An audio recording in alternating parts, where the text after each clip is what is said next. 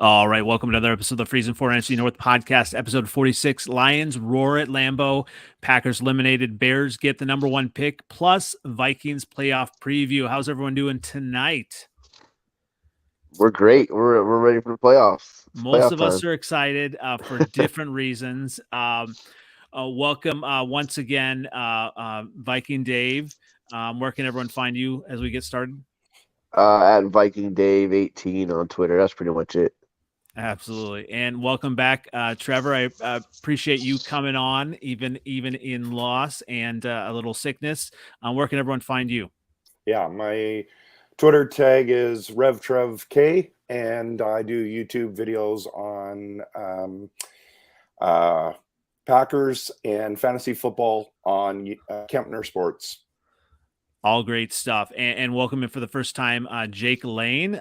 He is Bears fan. Tell us a little bit about where everyone can find you, Jake. You guys can find me at Jake Lane on Twitter, but the A in Jake is a Q, just because someone else is Jake Lane on Twitter. Nice. Well, that's good. You know, I think you have that. It's memorable. That's what it's all about, being memorable. And talking about being memorable, you know, really the game of the weekend. Trevor, we'll just get right. For me, it was Houston. That was I want to get into that definitely a little bit later, but let's just kind of, you know, we'll let you get your all your voice out here in this game. So Packers, that was just a crazy game, back and forth, meltdown by some of the defensive players, some missed calls. It was just an interesting game. What was your take as you were watching that and when it finally ended? Yeah, it was definitely, as a Packers fan, disappointing because it felt like it was the team that we saw for most of the season. And everyone, excuse me, I've got a massive cold and cough, and so I don't sound my normal self. But to be honest, I'm in a bit of sports depression because it just sucks to be going into the playoffs and not having your team there when they should be there. But in my opinion, Detroit, Green Bay, and Seattle all don't deserve to be in the playoffs. But one of those bad teams had to be in. And congratulations to the Seahawks and congratulations to the Lions for beating the Packers and knocking us out. I give all props. I don't have any excuses. They were better than us, and I felt like they were better than us for the most of the game. We got lucky on a couple of the big touchdowns that got called back. And then I don't understand the one penalty where he forearms him into the head, but then they called the other one. Why didn't they call them both? But I don't feel like that changed the game. I felt like the Lions looked better the whole time. And congratulations to Jamal Williams breaking Barry Sanders' record. That is epic. Like, I don't care what happened and who won. That alone is like, what? You beat Barry Sanders' record? So it was hard to watch just because it's been one of those frustrating moments that we've seen all year. And Rodgers just wasn't good enough. He didn't do enough. He's getting paid to play MVP level. So you guys will like this. My last comment about this. We lost two superstars this year, Devontae Adams and Aaron Rodgers, because Aaron Rodgers has not played the way that he has played in my entire watching him play. He is not the same. He's off. There's something different, and it saddens me to say that, but I thought that was a very honest take, and I'm like, yeah, you know what? When we were missing Devontae and we're missing how Aaron usually plays. But Detroit was awesome. Goff, 8 for 8 in the fourth quarter. Rodgers, 2 for 6, 12 yards. Are you kidding me? And 1 interception. I mean, that's the difference. It really is. And welcome it. Oh, we got seventh letter and we got Bodkins. So we got a full show. And Trevor Bodkins is another Packer fan here. We got seventh letter here. Nice. So I want to go ahead and Dave, when you were watching that game, tell us a little bit about what you were kind of thinking, watching that. Because, I mean, the rest of us, I mean, we were, pins and needles cheering against the Packers, cheering for the Lions. Dave, what were your thoughts on that? I was the same way. I just wanted the Packers to lose because I always want the Packers to lose. That's pretty much it. Yo, y'all came through. Y'all clutched it up, and that's all that matters. It was, you know what? I had a feeling Detroit was going to come to play even when they got knocked out. And I like what's his, I don't know who the corner or the safety was this after game. Like, if we ain't going, y'all ain't going. You know, that like they had that mentality. Like, you know what? We don't care. You're still one of our rivals. We're still gonna knock you out. And that's fun to see. You know, they didn't give up. You know, you see a lot of teams that did give up the last week of the season, like the Bears, you know, and I mean, they got nothing to play for. So I mean, you know, it is what it is. But it's always more fun when you have to earn it. In as a fan of the team that just hates the Packers, then you know that was fun for me to watch. The Packers felt like they were just like making too many mistakes. Like, what is Quay Walker doing? What are you doing, bro? Like, seriously, I don't care who you are. Like, there's no excuse for what you did. I'm so glad. This isn't because I hate the Packers. I'm glad he got kicked out. I don't care who you are. He should have been. The fact that he did that. Bro, what are you doing after these guys just saved the guy's life? Like, you don't even know who's down on the ground right now. Like, bro, get out of here. Who the bigger clown was though in that it with the other the other guy. Like he was bumping him like, yeah, okay, like it was something. It's funny, I didn't see that at first until I saw a replay, and I was like, "Wait, what? Did that really just happen?" Georgia teammate, guys. I saw that. So I'm glad that he got kicked out, and then he's crying on the way down. You know what, dude? You can't cry now. Like, you did that to yourself. But I mean, it is what it is. It's fun to watch the Packers lose. It always is fun to watch the Packers lose. I like that you know they went for it on fourth down and got it, and you know it's just fun to watch. It's just fun to watch football games that are it's a good game like that. Yeah. Now, seventh letter. I'll give you your victory lap in a second here. But Bodkins, I want to ask you a little bit. Is that at all on LaFleur then, just to kind of like keep his team kind of level headed? Because I feel like a lot of that's on him, isn't it? I mean, yes, and no, right? They grown ass men at this fucking point in time in life. He's a grown ass man. You got to control your own motion. You've been playing football for how long? Like, you got to know better. This ain't the first time either. This was the second time. Remember, he did the same dumb shit against the Bills, and now he did it again in this game. This game was a cosmic of our season. Couldn't score in the red zone. Couldn't protect Aaron at times. Mental mistakes of drop balls at times. Like, everything that was wrong early part in our season and most of the season in general is exactly what that game came down to. I wrote this team off a long time ago. We talked about it on my show. I said this team is not a playoff team. I got my hopes up. I fell for it. I told you that. I said it was like the girlfriend who kept texting me, and I was telling no. I told you not to. And then I was like, no, I'm not doing it. But then she showed up to my house fully nude after we beat the Vikings. And I said, all right, back, baby. It's a new year, new me, new you. We're into this together. And then she goes and does me like that, like always, and leaves me holding my wet willy in the hand, wishing me more. Well, the only one who can follow that would be seventh letter. So here, go ahead and take your victory lap there. I'm just happy that the rebuild is on the right track, man. Being placed on that stage and beating the quarterback that's always beat us in big games, it just felt great.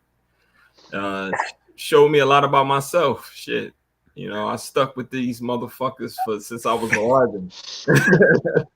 You know what I mean? So it's tough, man. Like, my Super Bowl, this is how sad it is. Like, my Super Bowl is when we beat the Cowboys, not the playoff game. When we went on Monday Night Football and beat them, and Barry Sanders had 190 and went off on them. That's my Super Bowl. This one right here, last Sunday night, replaced that. You know what I'm saying? It just felt good. Trev mentioned it. Like, isn't this great? Like, you get to go to Lambeau for the for a playoff spot and all that. And I'm like, hell no, I don't want to go there and fight for a playoff spot. And then it had to happen. That's the way it had to happen. In order for us to take that next step, we have to beat Aaron Rodgers in Green Bay. I don't care what he got.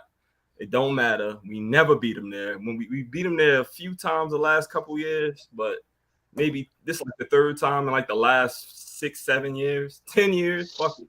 You know what I'm saying? It's just, it was a good feeling, man. I wanted to put this notion. Whoever thought that the Lions were just going to lay down and be dead? Like whoever thought that don't know football or don't know the Lions. Like if you watch that team and watch Dan Campbell, that was the last thing I ever thought they would do is lay down and be like, you know what? Let's Green Bay in. No, that's their big brother. If you got a chance to slap your big brother in the mouth for the first time in your life, you've been getting beat up and bullied for the last 20 years, you're going to stand up and you're going to slap them in the face for the first time in your life, and they did that. Like, I don't know, this notion that the Lions were going to, like, roll over if they didn't have nothing to play for. They had everything still to play for. They got to smack us in the mouth the first time in their lives, and they did it. Although, Trev, when you think about Lambeau and the mystique and Aaron Rodgers, I mean, everyone was picking the Packers because of all those things. You know, the Packers lost at home to the 49ers. I mean, has Rodgers and Lambeau Field as a home playoff game atmosphere, has that kind of lost a little bit of its luster? Yeah, it does feel like that, right? I mean, I'm wearing black today because I'm in mourning, right? Like, it just sucks because there is a shift that's happened. And Lambeau, people beat us in January in Lambeau now. And it's not 1 year. It's multiple years. We should have never lost in the playoffs last year, the year before. And here we are. We've lost more games at Lambeau the last, 10 years than we've won. I mean, the first loss was when Mike Vick ran all over us at Lambeau Field, if you remember that way back in, 2004 or 3. That was our first loss. And I mean, we've maybe won 2 games since at home, maybe we should go on the road then. The mystique has been long gone. Our Super Bowl run that we had with Aaron, we're all on the road. Yeah. So as a fellow Bears fan, Jake, then when you were watching the game, what were your thoughts, as just the clock went to 0 and it was a reality that the Packers were out of the playoffs? I mean, it was kind of the whole day shaped up to be just a pretty good day. We knew what was going to happen against Minnesota, and you just there was no emotional attachment to that game. So then you're watching the Colts-Texans game, and the Texans are up big, and the Colts get back in it, and then the Colts are winning the game, and you're just like everything sucked out of you because you thought you had a chance at that first overall pick. And as you're watching that game, you're like, wow. And then, that stuff transpires. You don't think the day can get much better. And then Sunday Night Football rolls around. He still plays pretty well, but Aaron Rodgers still is on the other sideline, and you can't rule. I mean, Bears fans know you can never rule the guy out. So it wasn't until, like you said, until the clock reached 0, you're on the edge of your seat, just knowing anything can happen there. And it was pretty. It's just been a great week. It's been a pretty good week after that Sunday, everything that happened Sunday. Well, absolutely. And you kind of brought it up. And obviously, I want to bring up a question to all of you. And I'll start with you, Jake, on this one. And hopefully I spelled this right then. Between these two picks this week, who do we all have as the cojones of the week? Is it Dan Campbell or Lovie Smith? This is easy. Jake, who do you got? I've got to go to Lovie Smith, I think. I don't know. I think you have to go to Lovie Smith. I mean, Dan Campbell, you expect, you don't want your team to just lay down.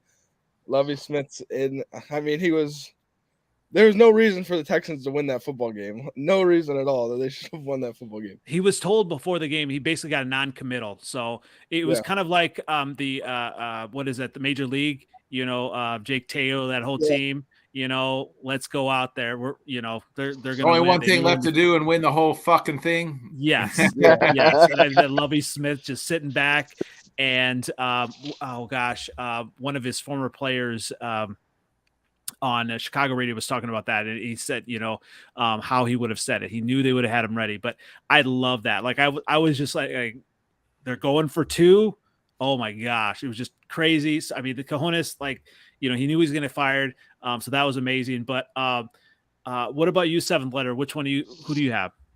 I'm giving it to my boy, man. Damn, man. I'm sorry. It's just when we were about to kick the field goal just to go up 7, and he was like, "What the fuck y'all doing? Get back out!" He said, "Get back out there." We was about to start bitching. Dan said, "Get back out there, man." I love that man, yo. He used to get on my nerves with it because so many games we lost by 3, and he just should have took the field goal so many times. And he said, "Man, fuck it, not today, not today. Not today." And that's my man. I give it to Dan. I gotta give it to Dan. Well, I don't want to interrupt anybody. Yeah, but go ahead. On the what was it, 3rd and 12 or second? It was Come second. on, man. Oh, the hook and ladder? Yo, that was clutch. That was clutch. That was ballsy as shit. That was crazy. Yeah, because what if they fumble that ball? That could easily be a fumble. Like that ball could go back 80 yards the other way, and you're looking real dumb right now. So whoever called that play's got some big balls. I'll tell you that. Who do you got, Vikings? To me, it's Lovey, right? Like to everybody, who's never had a job where you just want to be like, yo, tell your boss, go fuck yourself. And that's what Lovey did, right? Like Lovey, Dan Campbell, whether they win or lose that game, probably still has a job on Monday. Lovey knew he was probably getting the shit canned. So, to stick it to him one last time and be like, oh, you're going to fire me? Here, now you're going to not have the number 1 pick. So you can go fuck yourself because we did our job. I won the game. So you can go F yourself. Who hasn't ever wanted to stick it to their boss? So I'm going to say it was Lovey. Just because like who's never not wanted to do that. Who do you have, Trevor? I think I don't know. They're both there, but I think I don't know. I won't say it's a tie, but Dan Campbell to me just sticks out a little bit. I think the better question is who's the dumbest franchise in the history of the league? It's the Houston Texans. Why are you telling him that he's getting fired and letting him out there? Because this could happen. That it is just blows my mind that you even allowed that information to be out there. Well, of course, Lovey's going to do that. He's like, you know what? I've given my heart to this team. We moved my family, and this is what you do. So I can see a case for both of them, but I agree that crazy play, that pitch play. Are you kidding me right now? Who called I said the same thing on Sunday, right? Like, are you kidding me? What you talk? Butt cheek catcher get you. You talk about like just dumb franchises. The Colts are right up there too, right? So both those teams playing in that game, it was just crazy the way it went down. And I was happy at least, for that part of it. And then going into that, night game, Packers, that was just crazy how everything went down. What about, so who did you have, Dave, on this one? I was going Dan Campbell because that he's sticking it to the Packers. Like that's saying, you know what, like you said, like whoever the DB was said, we're not going, you're not going either. Like we don't care. But I also like the perspective of Lovie Smith, where he's like, you know what, screw you, you're gonna give it to me. I'm gonna make sure you don't get this number 1 pick. So I really like both. I like Dan Campbell's a little bit more, but Lovey kind of screwed over the whole entire Texas franchise. Is pretty awesome. When I think about it like that. Bears.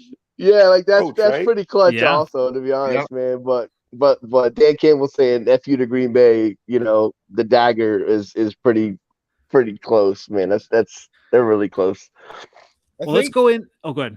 I think a lot of people are looking at the Lovie Smith Bears connection there, but like no one's really talking about Houston was playing their division rival in the Colts, who are also very quarterback needy, and there's a lot into that. There's a lot into them winning that game, and it just sets them back a lot in just a lot of things, because now the Colts are in the same position that the Texans are in pretty much in terms of getting either Bryce Young or the quarterback that they want. Well, let's go to that question then to you then, Jake. And obviously, you do some of your podcasts and stuff. And when you look in as a Bears fan, what do you see kind of just that value of getting that number 1 pick? I mean, and tell the other non-Bear fans why we're so excited about this pick.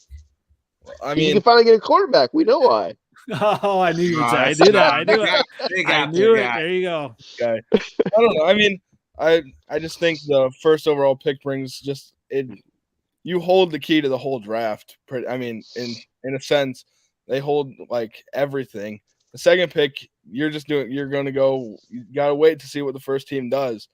Now you hold the key to the whole thing. It means a lot. And then in terms of where the Bears are, I was actually talking about this today. When you think about teams that have gone like worst to first, like the Bengals or Jacksonville, which Jacksonville has taken a couple years, they both of them went quarterback and then got another piece and then were in the playoffs. The Bears got their quarterback at 10. They didn't have to get the first overall pick. And now they're in a position to trade and get maybe multiple of those cornerstone pieces in the draft this year. And I think, you can't have faith in this team because why put it, you know how they are, but they're in a very good position to make some noise. Tons of money. Really tons of money. Oh, yeah. Tons of money. Yeah. Although, yeah, I mean, so like I'm not under the false impressions that they're going to win the Super Bowl next year. It's just there's so many pieces.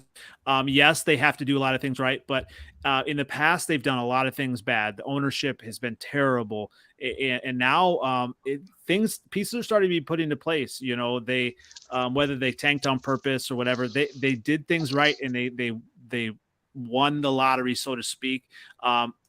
We have a quarterback that we like. We've seen a lot of good things from, and then we've got this opportunity.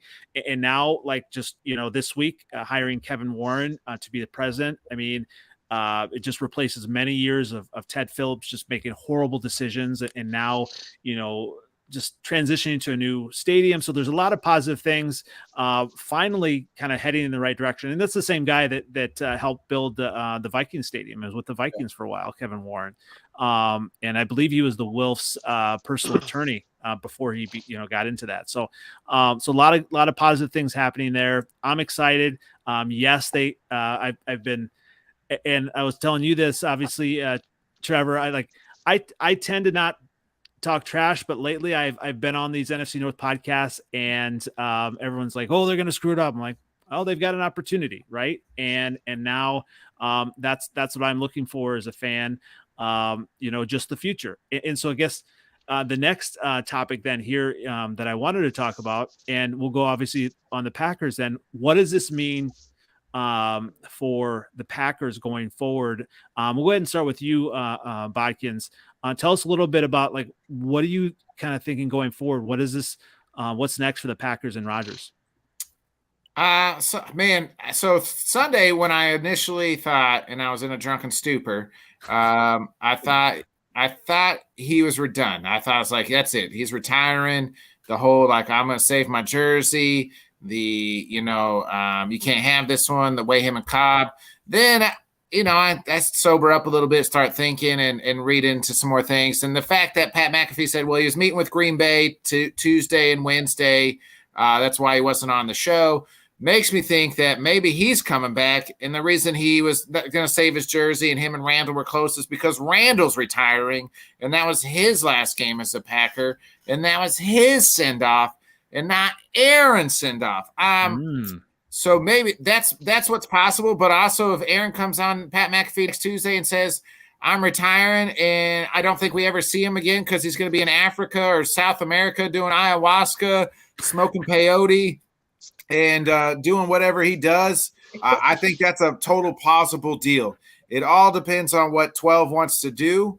If he comes back, you try to make another run, add another piece or two, which I don't really know what that piece is.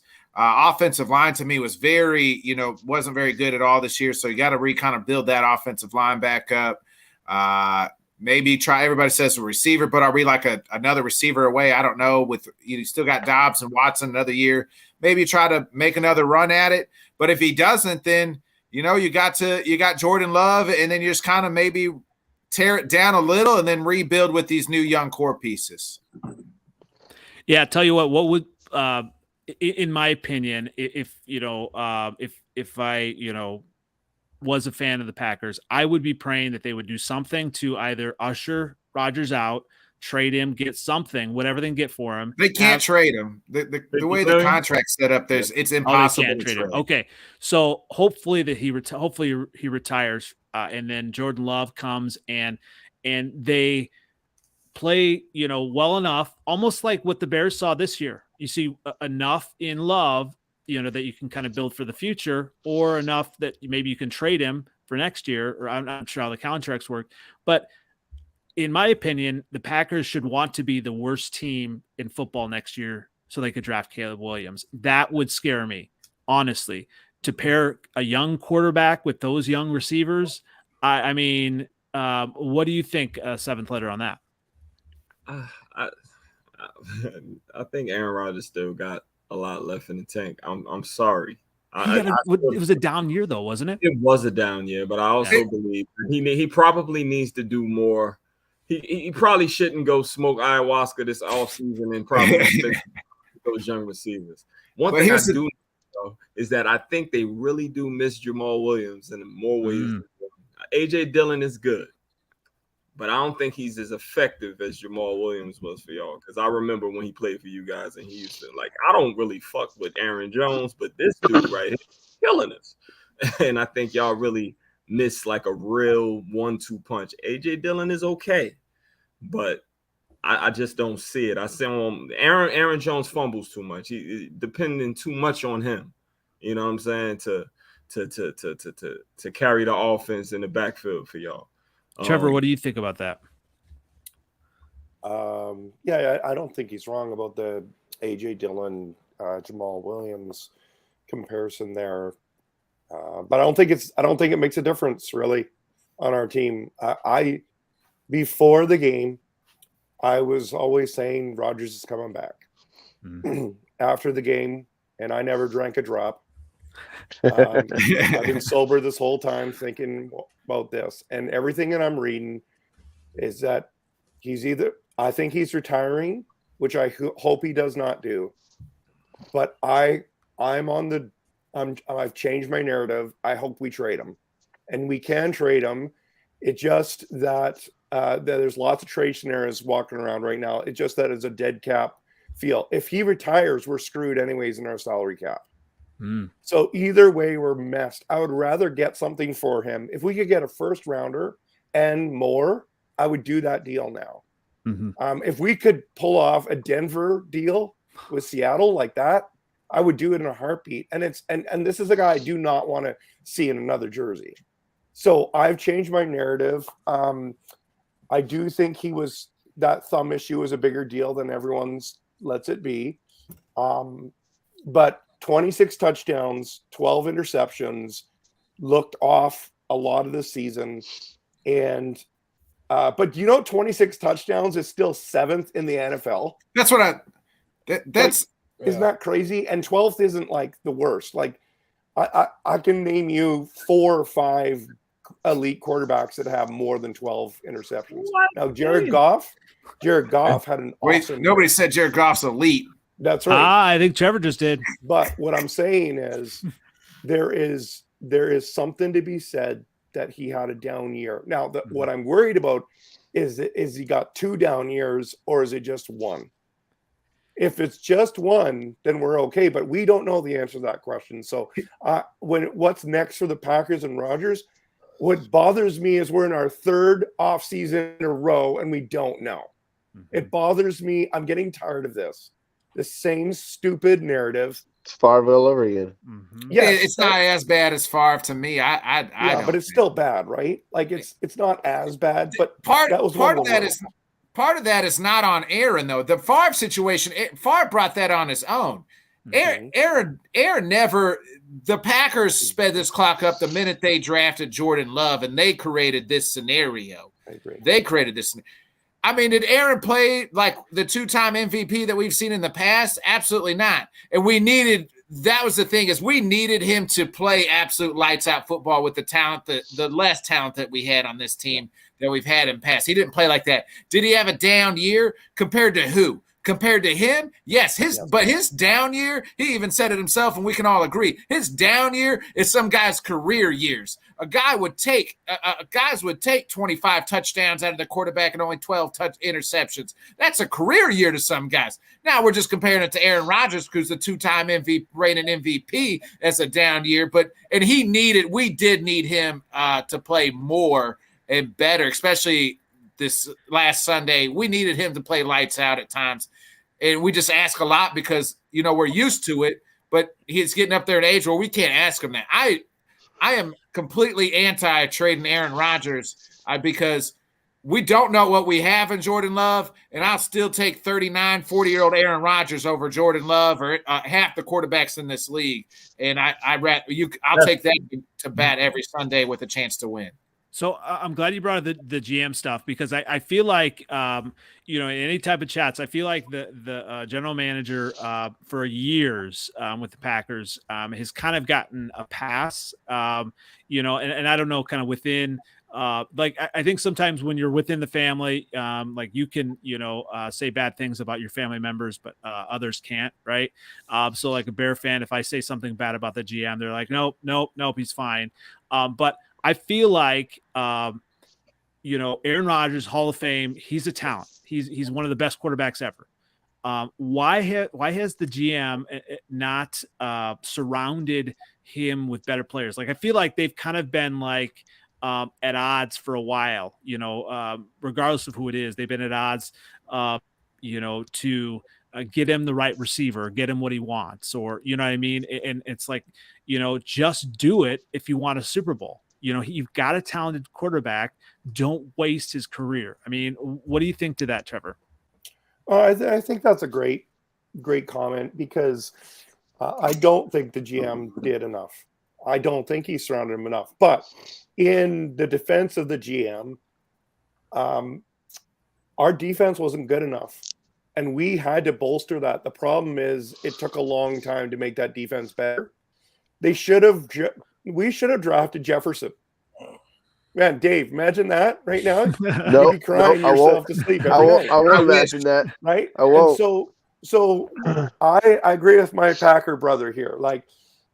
Dumbest decision was drafting Jordan Love, causing all this drama. But wait a minute.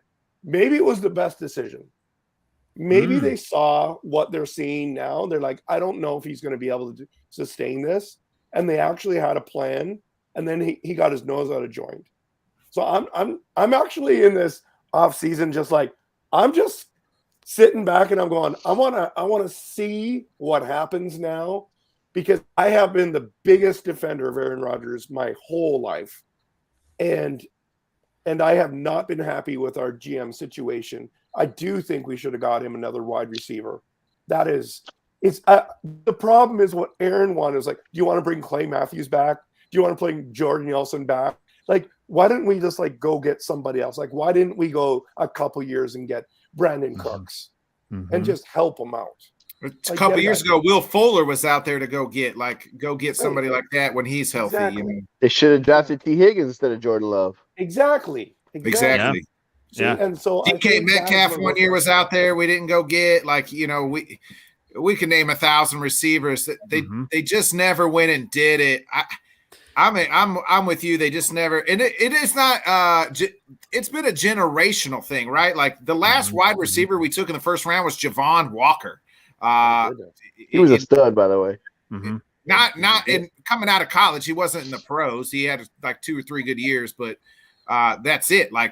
That's it, man. We've missed, and so it came from Ted Thompson to Brian Gutekunst to they believe in drafting and developing guys. And they don't go out and get splashy wide receivers. They'll go get the aging vet. They don't go out and spend big money. They just want to develop guys. And sometimes they miss, man. They've missed on some of them defensive guys that they've drafted, or it's taken so long to develop. And with this, it's a combination, a little bit of everything. And obviously.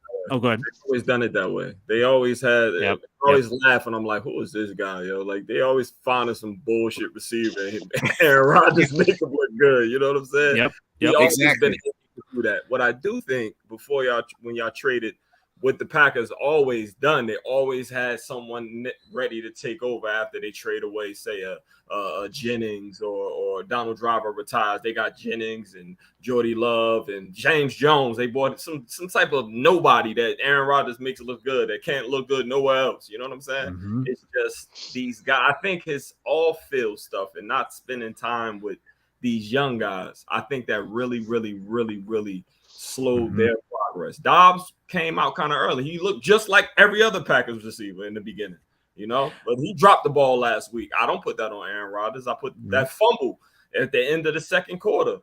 That's Aaron Rodgers. It wasn't. I think that interception he forced it, but I think AJ Dillon missed the block where Anzalone was able to come in for the blitz and make him throw that Aaron throw. So remember the Titans. Attitude reflect leadership. Yeah, Titans. Good leader, man. But he missed Dobbs on the slant.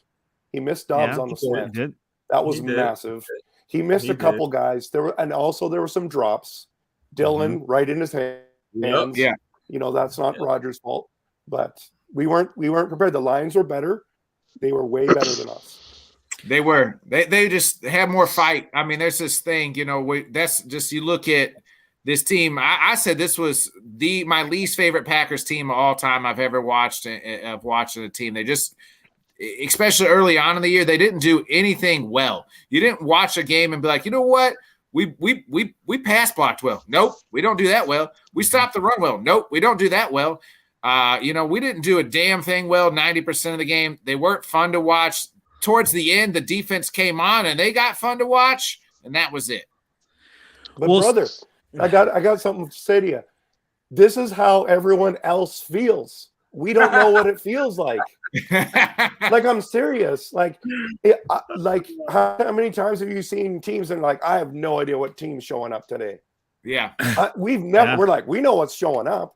We don't know if the defense is going to be good, but we know Aaron Rodgers is going to lead us to do something. So I think we need to just embrace it and go, wow, this is what the rest of the league feels like. I don't want to embrace it. But I don't want to embrace it either. But we hate you, man. You imagine being a Cleveland Browns fan right now? Oh yeah. Well, we'll get back into some Packers stuff, but obviously before Dave falls asleep, I want to talk about some obviously previews and keys for the playoff, because obviously the only team in the playoffs in the division is the Minnesota Vikings, and that's definitely a team that we don't know what we're going to get. It's been up, it's been down. Obviously, they got right versus the Bears. They played a tight game last game against the Giants. What are some keys, and what are you kind of expecting this week versus the Giants? Man, I want to say I'm confident, but I'm worried. Like, it's every week. Like, it sucks. And we got injuries with O-line now. And last time we played them, those guys blitz, which I didn't know. They blitz every other down, like legit. I didn't know the stats, but they're just sitting in the house every play. And I guess they lead the league in blitzing by like a lot, like 40% of the time. They're just sending extra guys. So Thibodeau is tough. They got good D line. Yeah, Mario. So the only good thing is it sounds like Bradbury might be back, so that's going to be big. Our backup tackle, because we're down to our third. I don't know. Anyways, our backup guy is coming back for O'Neal, hopefully. So that's going to be a big boost, at least for what we've been playing with the last couple of weeks. They can't stop Jefferson though, so it's going to be. I think it's going to be another close game. I think it's going to come down to the end. Like, that's just what the Vikings do. So I'm scared it could go. Maybe the Giants make adjustments and they say, "Fuck it, we're just going to double." I think this is me. I would just double in trouble. I'd do what the Packers did against Jefferson. I would put 2 or 3 guys on him every single down. I don't know why every team doesn't do that, because Dillon's not good enough. Hawkinson is. But KJ Osborne is okay, and Cook's fine. But if it was me, who? Hawkinson. Yes. I mean, he's in love here. He's a beast. I'm sorry that you don't like him, because your team sucks and don't know how to use him. My team knows how to use him. Your team don't. He had one game for y'all. One good game. One game. He had 60. Yeah, 60. TJ Hawkinson's a dog. Right? Come on, man. Why you hating him? Anyway, Tunyon better than him. No, Tanya's just like one straight down the field right now. Just stop. Yeah, you'll be mad. You'll be mad. I'm telling you, you'll just be mad. Stop. Anyways, I would triple team Justin Jefferson and let's say someone else beat me. I don't know what's gonna happen, but I think it's gonna be a good game. I think we're gonna win, but I'm definitely it could go the other way. I gotta ask you one question. Do you have like heart problems? Because if I was a Vikings fan, I feel like I'd have had about 18 heart attacks. You know what's funny? I watched the game at my dad's house with my son and my brothers, and my mom will just come in and out of the room every now and then in the living room. Every week, I'm pacing in the corner, and she's like, "Son, you're gonna have a heart attack." I said, "I know, Mom. I freaking know." It's every week. I said, "Why does she do this to me every week?" I don't know. Well, yes, she's like, "You need to go get your heart checked." I'm like, "I know, trust me." You're not the only person that's told me that. So, Jake, as a Bears fan, how are you watching this game? Like, are you able to root for the Vikings, or are you able to just kind of sit back and root for a good game, or where are you at? No, there's no shot you can root for the Vikings at all. I mean, yeah, you definitely root for the Giants. I don't really care if it's a good game or not. I want the Giants to win by 1,000,000. I don't expect that to happen. Saquon has not played at the level he was playing at early in the season. I can see this being a game, like you said, coming down to the wire and the Vikings getting away with another one, unfortunately. I can see, honestly, sitting here thinking about it, I could see the Vikings doing this through the playoffs and do it just by their luck. I mean, this stuff, winning teams always find ways to win, and they've done it this year, and you can't discredit them for that. And I don't think that is just going to stop happening for them, if that makes any sense. I'm so glad you said that, because you know how many people have said the opposite of what you just said, and they're like, "Oh, it's just luck." Well, guess what? After enough times, it's more than just luck. It is a little bit of skill. Like they come together when they need to and make big plays when it matters. Now, has a little bit of flukily, sure. Like they're not going to go 11-0 in one-score games every year. It's not going to happen. But they're making plays when they need to. Yeah, they look bad in certain games, but overall they look, they're still won 13 games. How many teams won 13 games this year? It's not a complete accident. So I'm glad that you said that, because a lot of teams are just saying, "Oh, they're just trash and they're just completely lucky." That's how many teams luck in 13 wins? It doesn't happen every year. So I appreciate that. I mean, like the Bears were 1-7 in one-score games, and I think that just shows that the Bears are just, I mean, obviously aren't weapons-wise aren't the same level as the Vikings, but even adding like a TJ Hawkinson in there, it changes everything, and that's why I think the Bears have a chance next year in those games that you go 1-7, a couple guys to put around your quarterback, and that switches everything. And I mean, I know the Vikings weren't the greatest in one-score games even last year. We were 6-8 in one-score games last year. So yeah, this year the luck went our way. Last year it didn't. So yeah, it happened. We got a horseshoe up their ass this year. That's what happened. You know what? We can keep that horseshoe up there all the way for 4 more wins. I don't care. You can say whatever you want about me then. So what, Mo? Are you rooting for the Vikings at all? Oh, can you hear me? I think we lost somebody. Did you lose me? We see you. You see me? Can you hear me? Yeah, we hear you. Yeah, I hear you. Mo, can you hear me? I don't know who Mo is. Yeah. Sorry, 7th letter. Oh, yeah. Word. That's the beginning of my last name, though. But yeah. So yeah, 7th letter. Are you able to root for the Vikings at all? Impossible. You know what? That's messed up, because I ain't got nothing against the Lions. If Lions were in the playoffs, and I was rooting for y'all, not just this week because of the Packers, I would root for the Lions. You know why? This is the truth for me. I root for the teams to win. No, your friends on Twitter. I can't. You know what? I can get behind that. I can't argue with that. But I like to see new teams win, even if it was the Lions. Like, fuck the Packers and all that. But like, that's because nobody minds at the Lions when it's like seeing the retarded kid get his gold medal. So you might as well everybody wants them to win the medal. But I get, yeah. But I like me personally, I like to see new teams win it. So that's why. And I got nothing against the Lions. They never did that to us. But I get what you're saying about they always been bad, so it's like I got nothing against them. It's not you. It's not you or Shelby. You guys are all right, man. It's them. Yo, on Twitter is out of. I know they're rough on there. I know. So maybe I'm the only Bears fan here that I actually spent 10 years in Minnesota, so I have a little bit of Minnesota accent, right? And I'm good with the Vikings winning and getting to the Super Bowl, but like I've said for a while, I want the Vikings to get the Super Bowl and lose to the AFC team. That would be perfect. I feel like crushing. You just want me to cry. You only come out here to cry, don't you?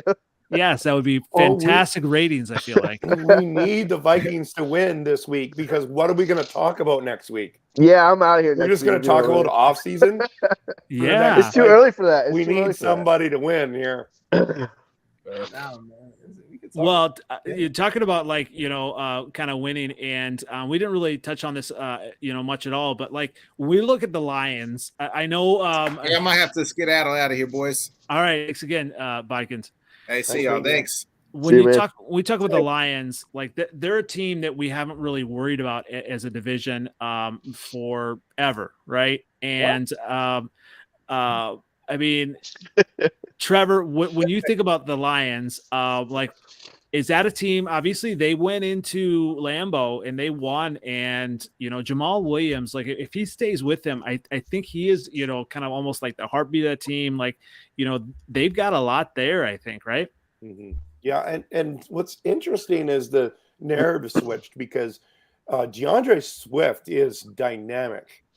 Yeah. And it's like now nobody's talking about him. And I think he's still dealing with injury stuff. So if Swift can play like he has like last year or the year before, that's a dangerous run game. Why I'm optimistic for the Lions is the reason why I think we saw a turnaround in Miami, the draft picks that they had. The Lions are walking into this offseason with incredibly high draft picks. And if they can hit on 2 or 3 of those and they're already where they're at, they're going to make the playoffs and they could make some noise. In fact, I wish that the Lions beating the Packers meant that they went to the playoffs this year because I live in Seahawk country, but none of the Seahawks fans here say that we deserve to make it there. Like they have no chance to beat the 49ers. Where the Lions, I think people would say, you never know. And so that's why I'm saying for what's next for the Lions, I think the future's bright. And I don't want to say that as a Packers fan, but I gotta give them credit. They came in, beat us twice. They had 9-8 record. The only thing that people are saying is, do they need a quarterback? And I don't know. Do you need a quarterback? I think drafting Hutchinson at 2 was awesome. He's a difference maker. Yeah. We don't need a quarterback.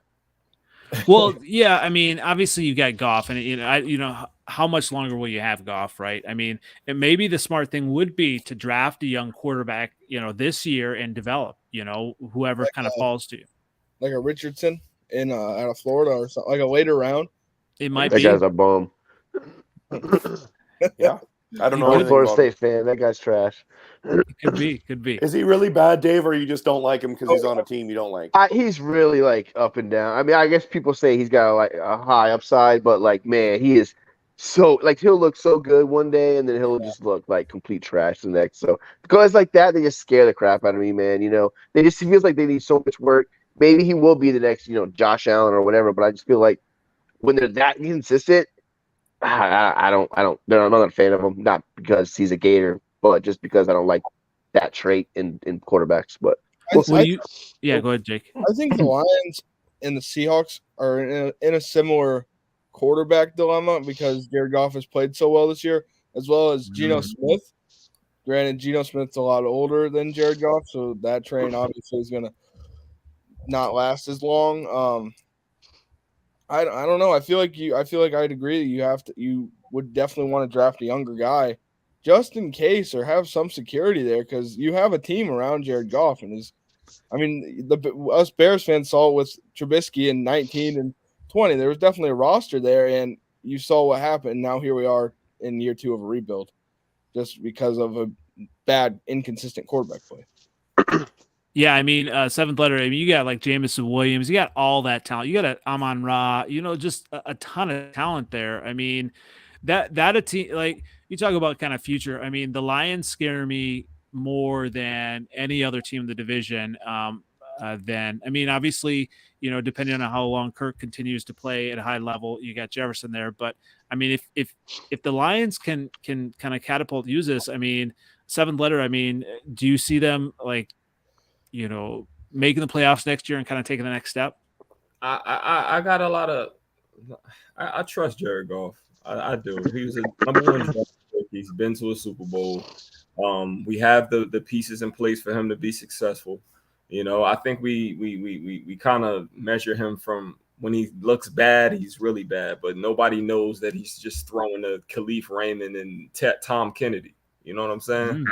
So when he has the pieces in place, he plays well. People, the term game manager has a very, very bad connotation to it, and a lot of Super Bowls have been won by game managers.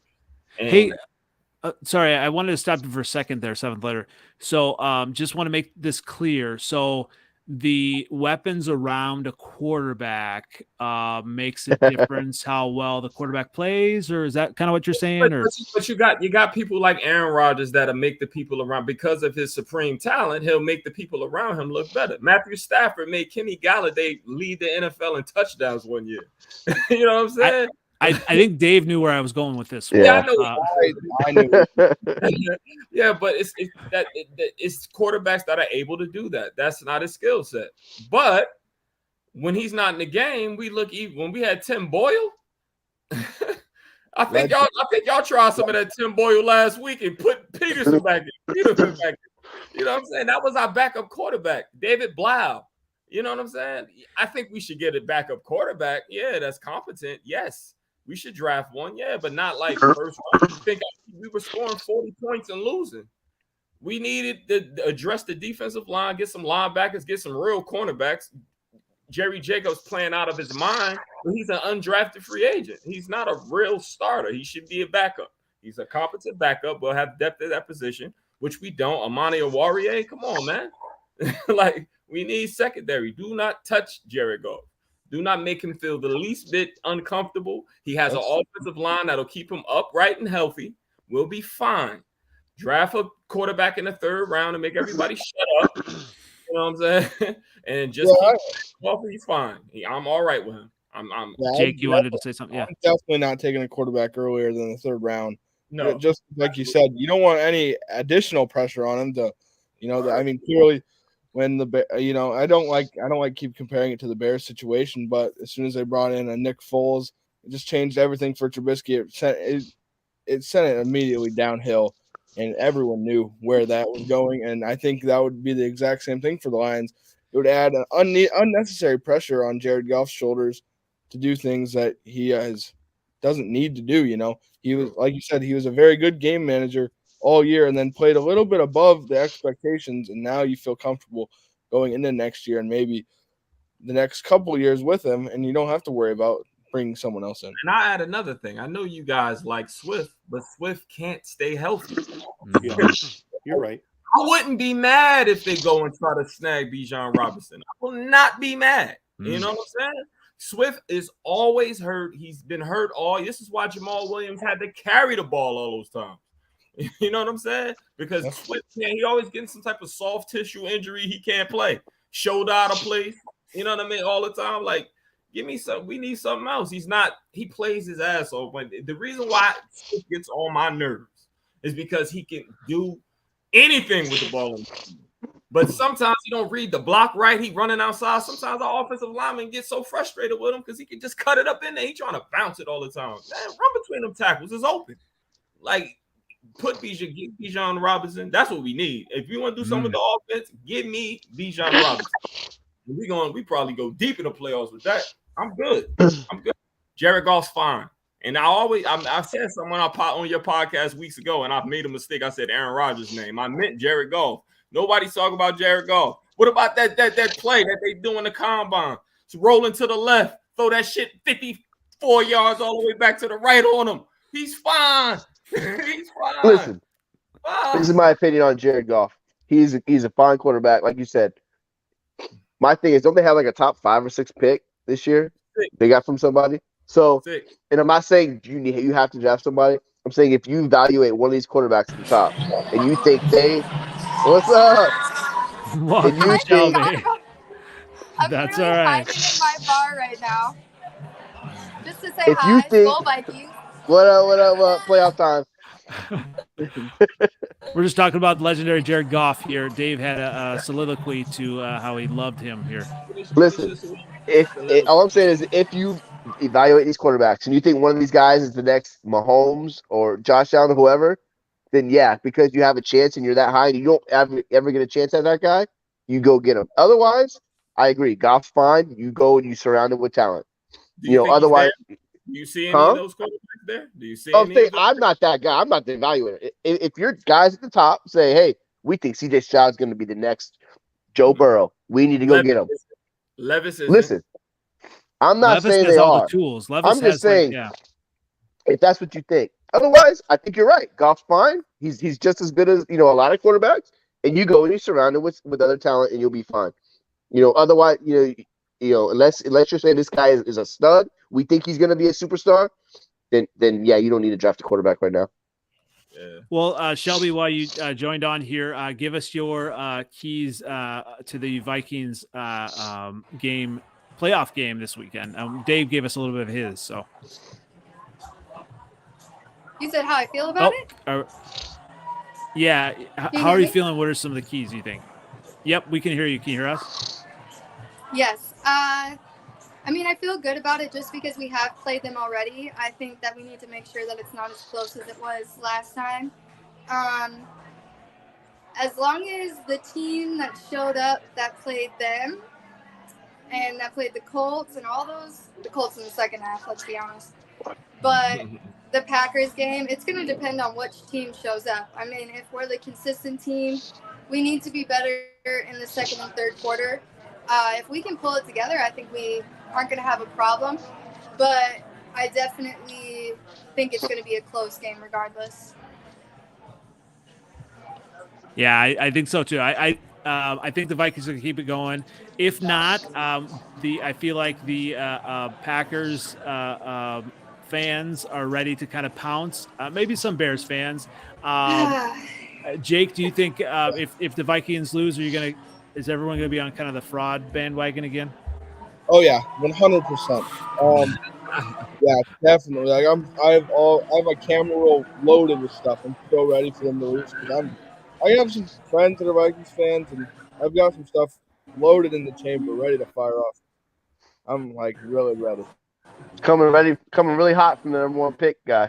Yeah, exactly. I'm coming hot. I just think it's hilarious because of all the years y'all want to choose. I can see any other year talk all your shit, but you're gonna choose the year that y'all have a losing fucking record and didn't even make it to the playoffs, and you're gonna sit here and be like, "You guys are frauds.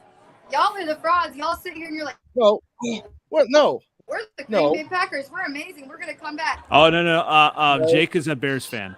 Yeah, I'm Bears fan. Even worse. That's what I'm saying. They have the number 1 pick, and their quarterback is a running back. What are you talking about? So that's even worse. No. Hey, we did it perfectly. The plan, it was like backwards. I think this picture is backwards. That says Super Bowls 0 right there. There's that picture. And how many Super Bowls? We get it. We get it. We get it. 1-0. 1-0 is better than Did they even win a Super Bowl since you've been born? How old are you? Like 23? No, but they've been. Then it doesn't matter. We've already had this discussion. If a team won a Super Bowl before you're born, it doesn't count. Oh, whatever. I'll show you the VHS that I have of the Super Bowl Shuffle. So yeah, there you go. Look, tell you what though, I'm still picking the Vikings to get the Super Bowl. So yeah. Oh, my thing is, as a Vikings fan, I just at least want us to win one, just to shut people up. I want to shut people up more for Kirk than anything else. Yeah. Because because here's the thing. Okay, if we don't beat the Giants, okay, fuck you guys. But if we lose to the 49ers, people are going to understand because the 49ers at this point are probably going to the Super Bowl. Like, their defense is crazy. So you don't even think you're going to the Super Bowl? You can't do that. I just like being realistic, okay? Like, that's the fun part about sports. Hey, here's my thing. I was supposed to be, oh my gosh, I literally thought I was going to be home for the playoff game. Then who I thought I was getting tickets with was like probably not going to happen anymore. So I was like, okay, I'll just fly home next week, be there with my family. Literally yesterday, they're like, do you still want to go to the playoff game? I was like, fuck you, because now I can't. If we go to the Super Bowl, I'm draining my savings, bro. I do not care. Hey, it's not too far from you. It's in Arizona. Dave, you going with me? I'll meet you there. I'll meet you there. Drive over. Okay, please. I've already got my hotel for the draft, so that's my Super Bowl. There you go. Are you going to the draft? Yep, got the hotel already in Kansas City, right next to Union Station. Taking my kids. That's awesome. So I feel like I'll be in the front row. I'll take my kids. That's although awesome. my son's a huge Bengals fan, so he'll be wearing his Bengals jersey. So maybe they'll be Super Bowl champs. They could be. All right, I love y'all. I gotta go. Appreciate it. Thanks, Love Shelby. Go. Gotta go. See you next week. Skull. A lot of great stuff. Let's go ahead and kind of end on that. Dave, you think you're going to win? Vikings are going to win. I mean, I think they're going to win. I'm not going to pick against my team in the playoffs, even though we've seen how they played up and down. But they've been winning. They've been squeaking games out. I'm going to do it again this week. You know what? We're going to win by 10 this week. We're going to win by double digits. They're not. Where can everyone find you again, Dave? At Viking Dave 18 on Twitter, and as long as I'm not banned, I haven't been banned yet. So don't come at me on Twitter because I will talk a lot of shit to you. Seventh letter. Who you got this week? Do you think the Vikings are going to win? I got the Giants. The Giants are going to win. I got the Giants. You just want to do that. I get that. I'm from New Jersey, man. And my dad, they're good guys, man. So I'm gonna go for it. Yeah. It's all right. It's all right. The haters are out. Where can everyone find you again? The seventh letter. You can reach me at 7th-letter 04 on Twitter. Same OG on Instagram and Facebook. Okay, hold up. Las Vegas to Detroit Sports Radio on Twitter, Instagram, Facebook. It was fun, guys. All that good stuff. And Trevor, where can everyone find you? And also your pick for the game. Yeah, I think the Vikings win. I think the frauds are the Giants. But to get rid of the fraud tag, you got to start winning the playoffs. So, right. But you can follow me on Twitter, RevTrevK, and I'm Kempner Sports on YouTube and also on Facebook. All great stuff. And thanks again for coming, Jake, for the first time. What's your you obviously think the Giants are going to win? No, yeah, I definitely unrealistically think the Giants are going to win. I really hope the Vikings get the TCU treatment. That would be awesome if that would happen. If it's a close game, I'll give it to the Giants. But I mean, if it's a close game, I'm going to give it to the Vikings. But I do think the Giants will pull it out. Find me on Twitter at Jake Lane, A, and Jake is a Q. Thanks for letting me come on. This is pretty cool what you guys do, and love to come on again if I was welcome to. Well, especially if the Vikings do lose, right? Yeah, if the Vikings lose, I'm out. Don't. I won't be back next week. Tell you what, I'm gonna go ahead and pick the Vikings to win 27-24 field goal. They're gonna keep it 61 going. yards. It's gonna be 50. It's gonna be a 53-yarder. How about that? All right. And once again, I'm NFL outdated. Thanks again, guys. It's been a lot of fun. We'll catch you regardless of win or lose next week, and we'll just do some more kind of wrap up and all that. Once again, it's been the Freezin 4 NFC North Podcast, episode 46. Thanks again, guys. We'll catch you again next week. Let's go. Thanks for having us. Go Bears. Go. Go Bears.